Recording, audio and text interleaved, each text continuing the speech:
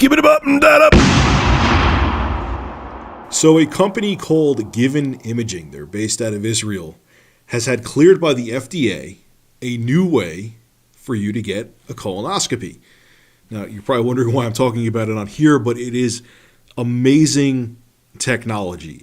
It blew my mind, and I read this article before, and my buddy Eric sent me the article again, and I really wanted to talk about it.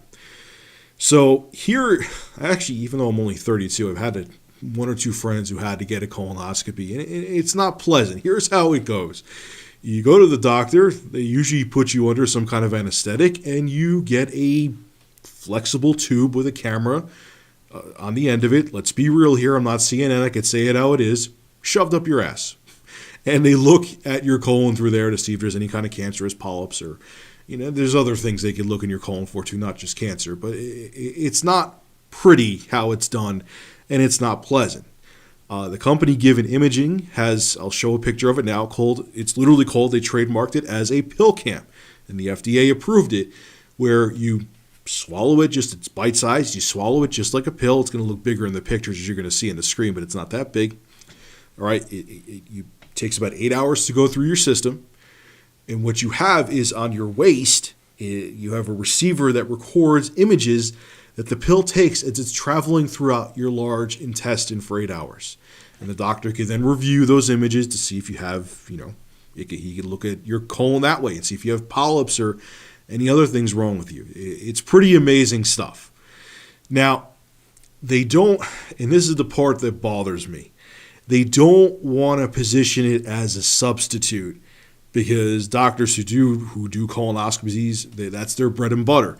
A colonoscopy is about a $4,000 procedure. Popping this pill is only $500. Which one would make the doctor more money?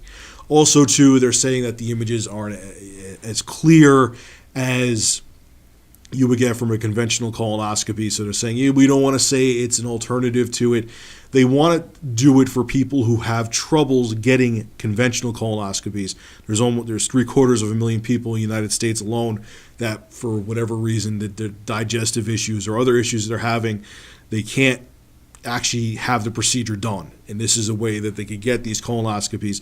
And they're also, too, because there's a lot of people, because you're supposed to get a colonoscopy every year when you're 50 plus, they want to position, hey, you don't want to get a colonoscopy, you can still get your colon checked this way.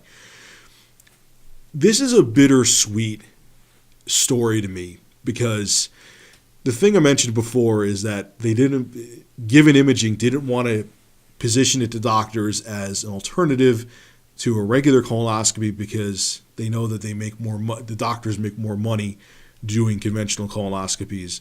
So that makes me think, are the images actually worse with this thing, or is it because the doctors make more money with old school colonoscopies? This is what we have, so much technology and so much medicine that and I know for a fact, okay, that is not being given to people for the sake of the dollar or because of religion.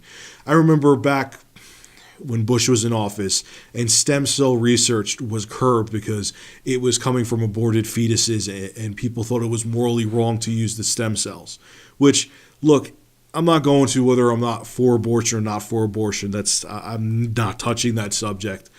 But if they're aborted, and it was legal abortion and it was done, why not use the stem cells to maybe cure paralysis or the billion other things you could do with stem cells? If unfortunately that child is gone, you might as well use the stem cells to save other lives.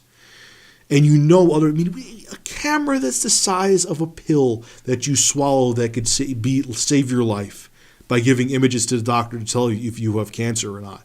Think about that.